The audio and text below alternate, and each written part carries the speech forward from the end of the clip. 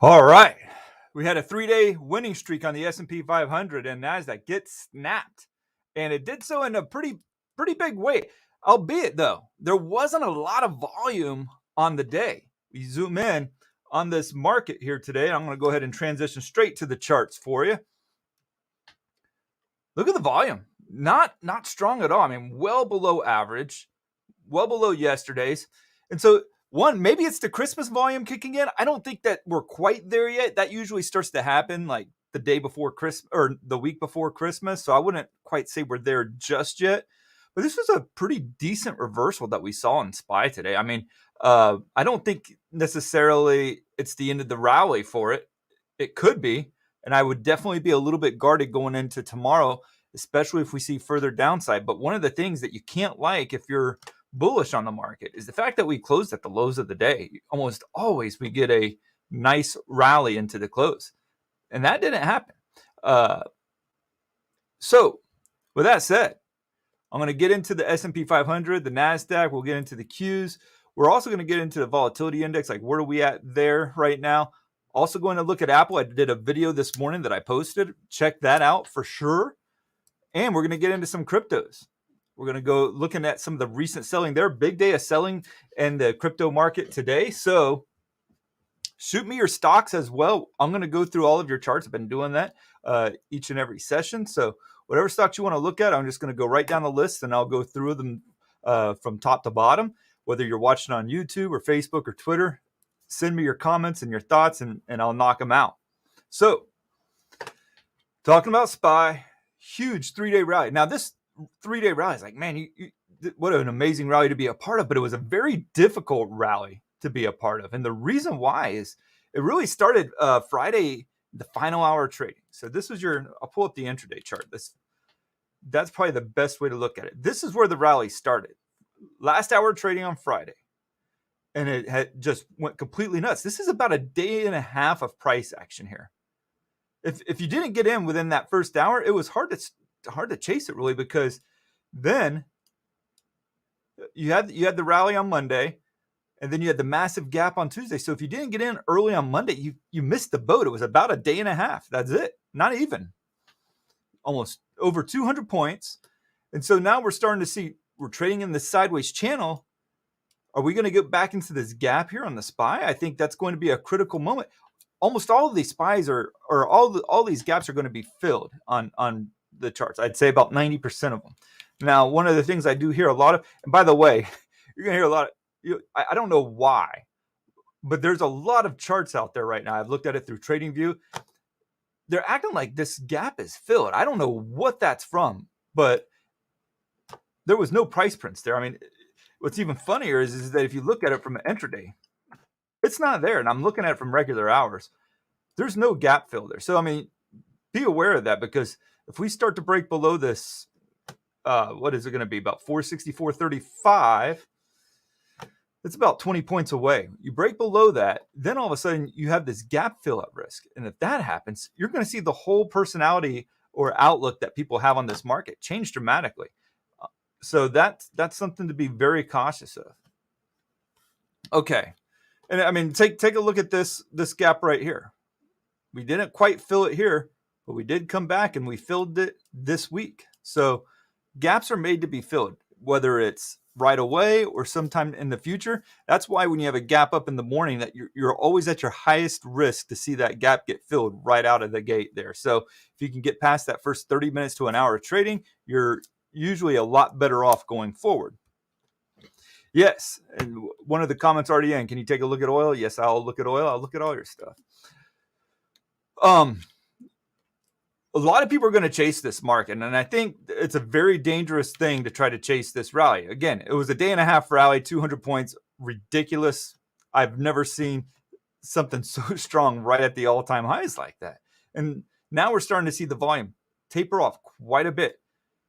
One of the things that I thought was a little bit unusual today is the fact that we did close at the lows of the day on really no volume. I mean, this is one of the lowest volume days, I think, since November 11th.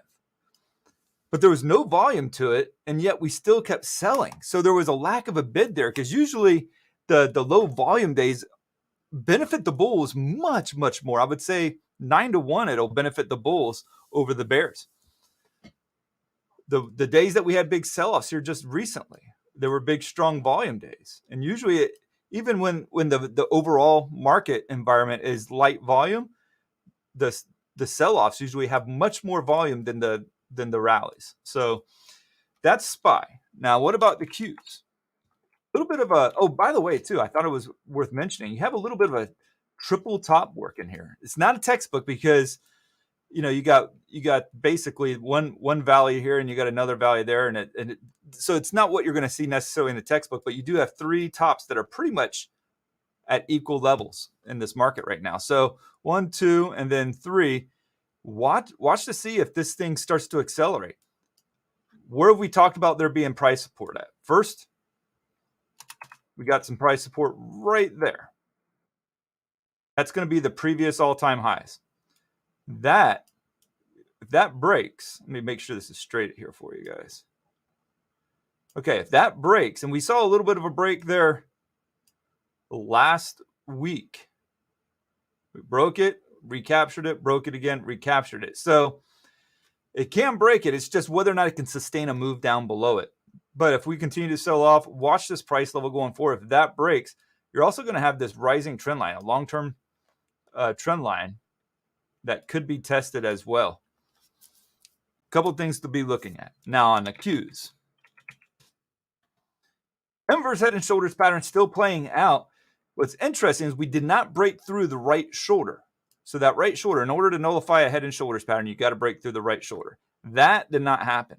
So the right shoulder still acting as resistance to price. We got right up to it, sold off hard today, 1.5%. Sold off 1.5% on the Qs, despite Apple only being down 0.3%, Facebook being down only 0.2%, Amazon, it was down about 1%. So still, these are lagging the overall price action of the Qs. Netflix took it a little bit more on the chin today, but it's also not as big of an influencer among the FANG stocks as its other stocks like Microsoft, Google, and all of them. Microsoft down 0.5%. Google down 0.4%. Tesla, though, was a pretty rough day for Tesla, down 6%.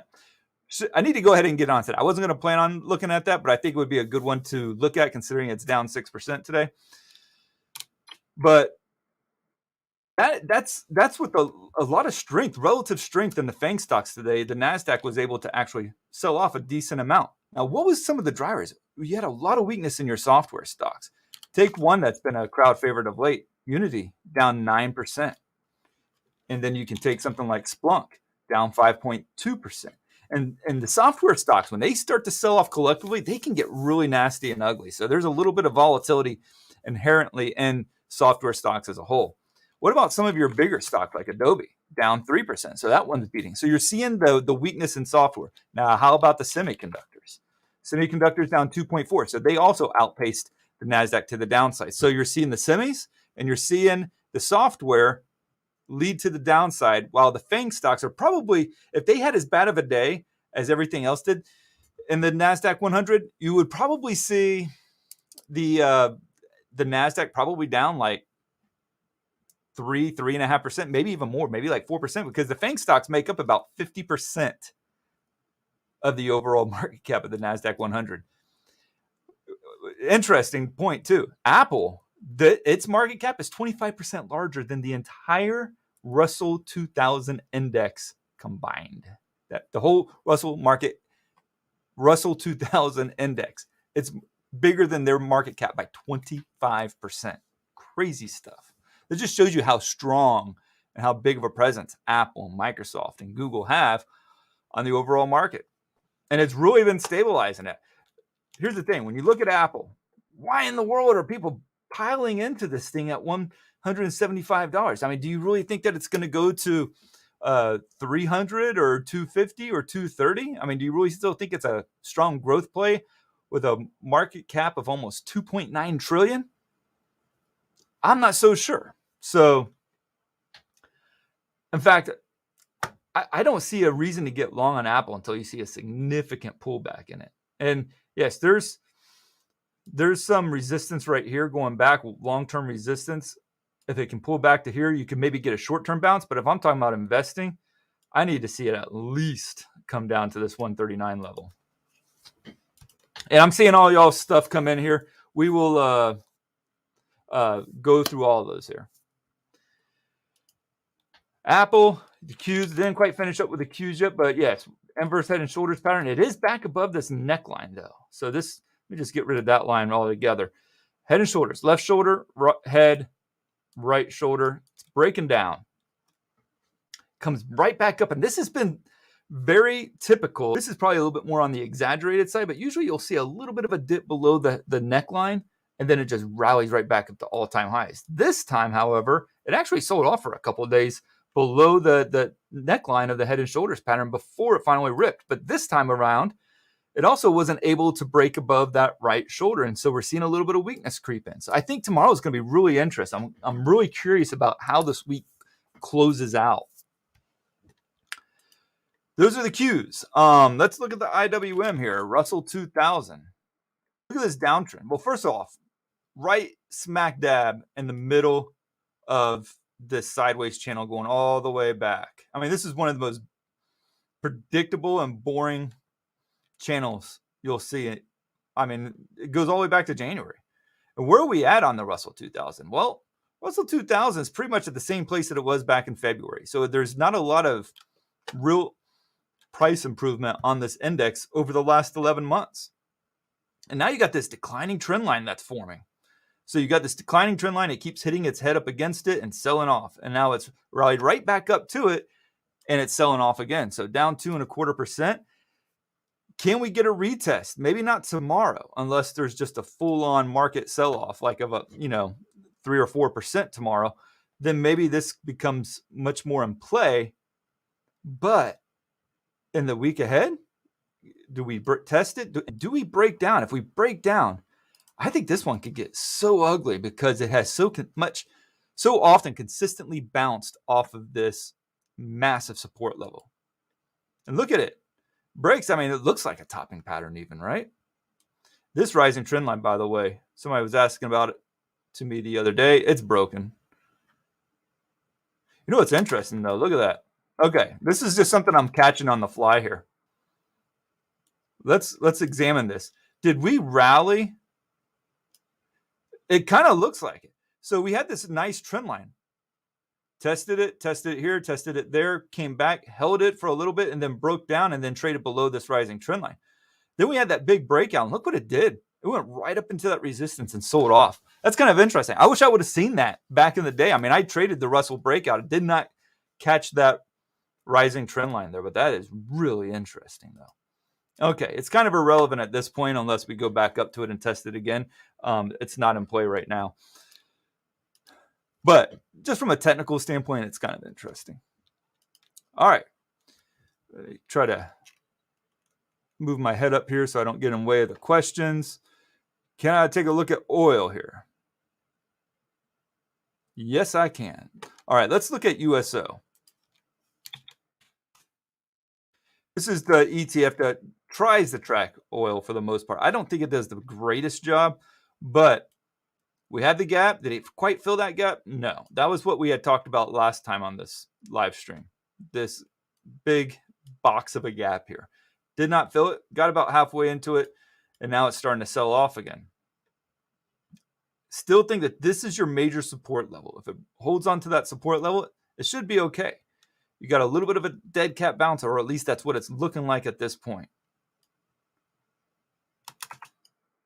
That little dead cat bounce rally, it was kind of sticking to that short-term trend line there. That's broken. So what you're wanting to see now is, does this trend line flatten out some and maybe it gets more like this? Or is it just going to stay like that and it's going to break the previous lows? If it breaks this previous low here, that's where you got to be really concerned about the price of oil plummeting. Now, it's good at the pump, not so good if you're trading oil to the long side. You also have a little bit of a downtrend here, I believe. So not perfect, because you did have a little bit of a pop just above it, but you can see where there is a consistent feel to there being higher, lower highs and lower lows. So far, if it wants to get bullish again, it's going to eventually have to break through this declining trend line off of the highs. What else do you guys have for me here? Can you analyze Bitcoin? Is 42,000 the next bottom if the Fed increases tapering? Let's look at that. Here we go. All right, this is Ethereum, but let's go to the Bitcoin chart. Couple of support levels to watch here. You have a long-term trend line here going all the way back to October of 2020, and good chance that this weakness keeps up. We could have a retest of this rising trend line around 39,000. Now, more of the short-term trend line to be watching, though, is going to be this trend line here. You can see we actually broke below it over the weekend and then reclaimed it before there could actually be a close below that level. Check it out. I mean, this is a strong sell-off off of these highs. Massive resistance right here, sold off, going right into this rising trend line in the short term. So 45,000 right now is going to be very important.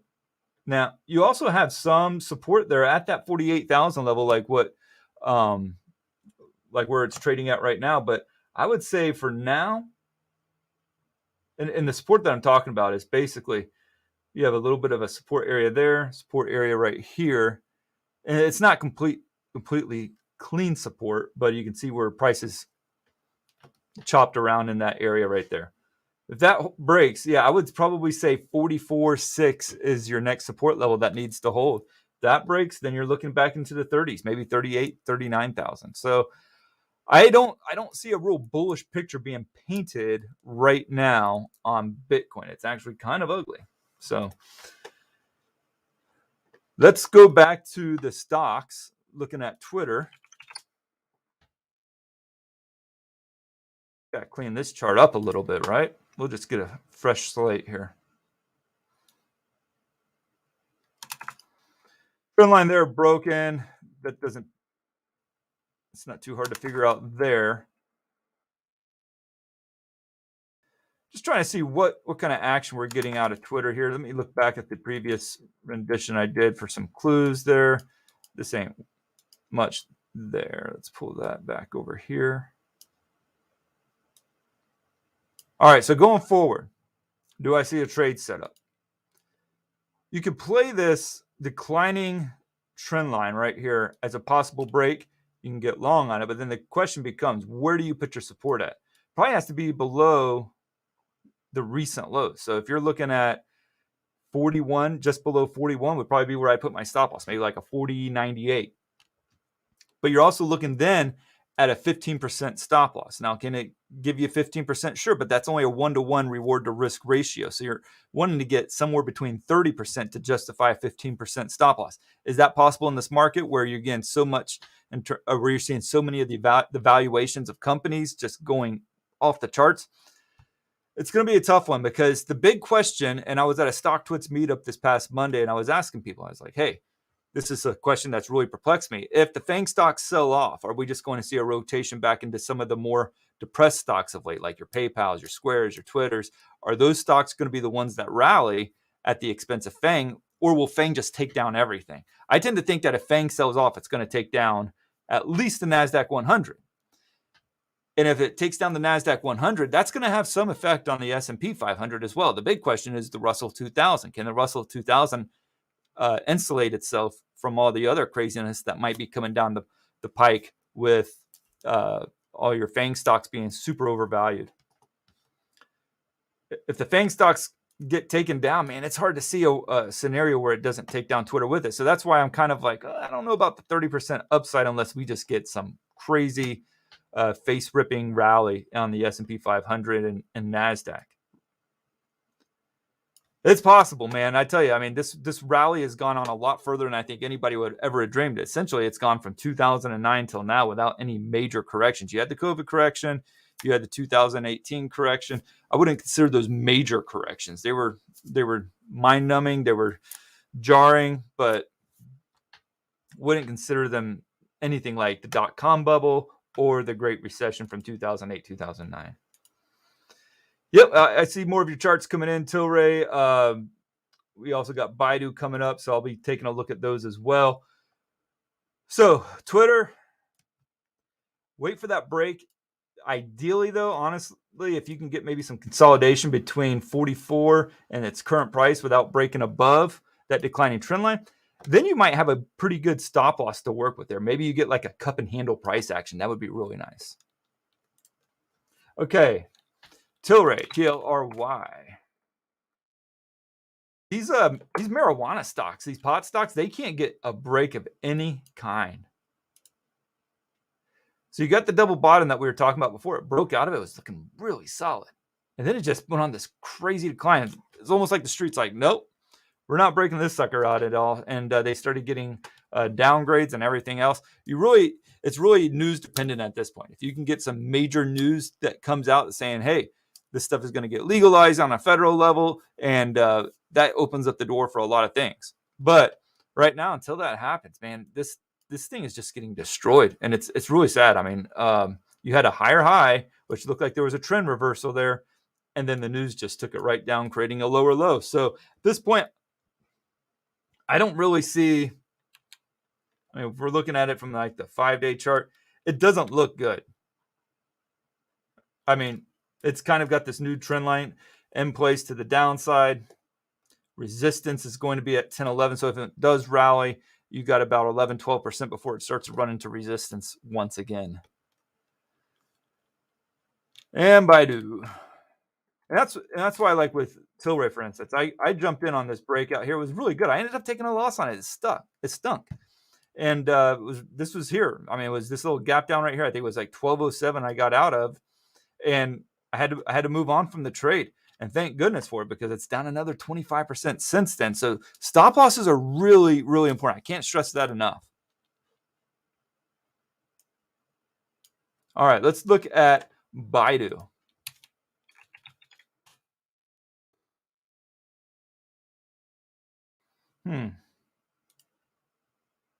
Gosh, that chart's messy. I need to clean that up.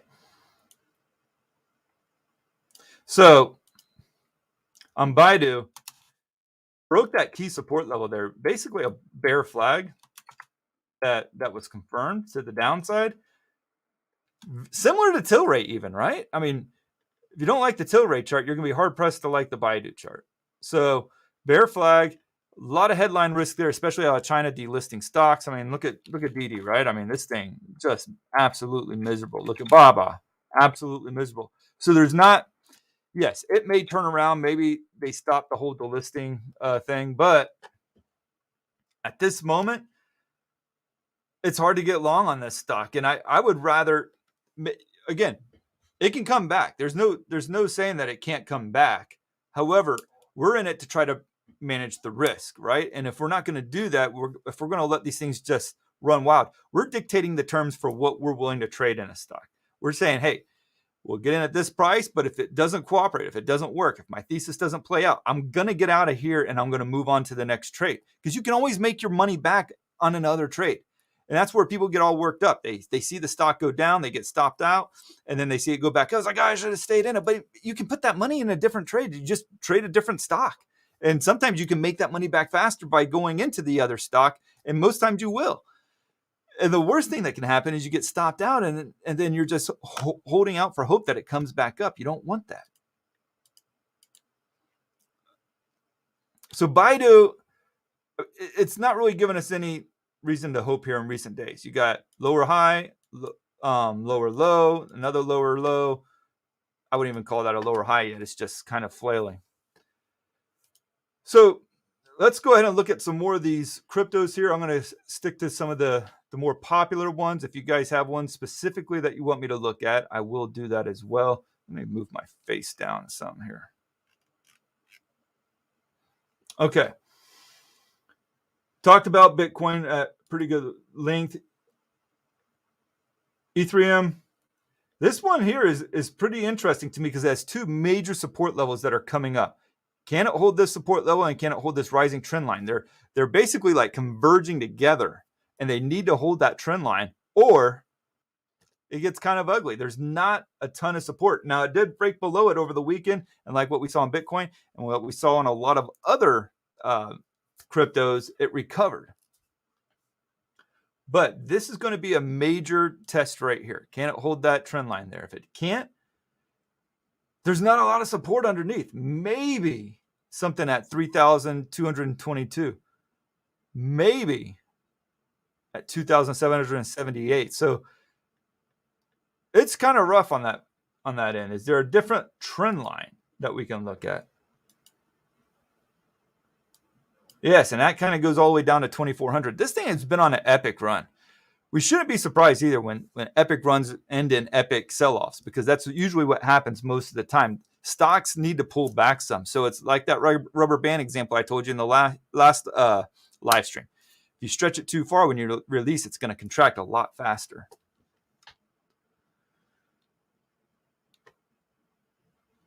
And then we got Litecoin. A lot of people are thinking this one was going to break out just recently here. Just got to get my chart to quit goofing up on me here. There we go. All right. Broke below this rising trend line here, formed back in July. And so the question now is, where does it find support at? Possible support at 138. If you're looking there, you can see it. That's where that sell-off over the weekend, where it found some support. It's also in line with the support from late September. You also have some support there from May. So there is some support there at that 138 level. It needs to hold that in a bad way. Then you have XLM. It had that cup and handle pattern that looked really good, but it never could confirm the move. Instead, it went up above it intraday, but then it fell right back apart. Now we're seeing another test of 25 cents. That's going to be critical going forward, and it's very close to breaking it. Chainlink. Look at the decline in that one, man. It's just constantly hitting that, and I'm talking about this green line here, just consistently hitting that declining trend line there and selling off. Selling off again today to the tune of 9.3%. Then you got Algorand. Testing, it's been stuck in a sideways channel for a long time. You had this little moment a couple of weeks ago where it went straight to the moon and right back. And now it's testing the bottom channel. So times have definitely changed a little bit for Algorand. It looked very optimistic just a few weeks ago. Now it's testing key support. It's got to hold this 154 level. Going back to stocks.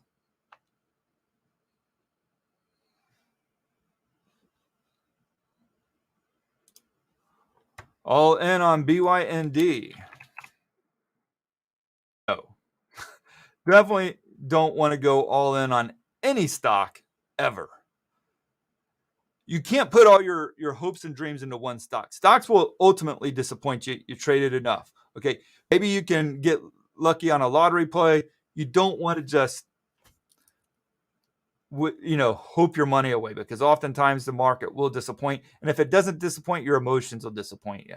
So BYND, consistent lower highs and lower lows, lower highs, lower lows, lower highs, lower lows, lower low here, right there too. Lower high, lower low, lower high, lower low. There's nothing to like about BYND. Absolutely nothing. And I'm not trying to, crap on your party or anything like that. But guys, this is an ugly chart. And one day it'll probably have a bounce of some kind, but it's not our job to have to sit around and keep trying to play the dip until it does. Let it base, let it bounce, and then you can get long on it at that point. So covered a lot of y'all's questions here. What we're going to want to remember going forward here. We had an epic rally to begin this week. Day and a half of nonstop buying, saw price go up on the S&P 500, about 203 points, I think is what it was. And now we saw a little bit of a pullback today. Is it time to, if you got in on that rally, is it time to go ahead and just sell everything and stay away from this market going forward? I don't think so. I have been very, very light on my trades. I've only made one trade so far this month. I think I made like 4 or 5 last month. Very uncharacteristic for me. That is not common for me. And I've had a couple of trade setups that I've been watching. None of them are materializing, and I'm not going to force it. Why do you want to force a trade if it doesn't want to help itself first. So I want to wait for the breakouts to happen, and then I'll get long on them. I also want the market to back the direction as well. So early on today, there was one stock, FND, that I was looking at possibly getting long on, but the breadth was really poor, and it confirmed it triggered in the early going in the first 30 minutes of trading. I didn't take it because it wasn't something I was willing to chase in that first 30 minutes, because price is so manipulated and unpredictable in the first 30 minutes of trading that it's not worth getting into those trades at that time. So it's usually better to let stocks settle in. And then what we got was eventually the true direction of the market as it just sold off. What was pretty much all afternoon long. All right, guys, we covered a lot there. Felt like that was a pretty good show. And I'll continue to keep doing these into next week and through the end of the year. And we'll do a whole new year of it in 2022. So keep your questions coming. Thank you, guys. And God bless.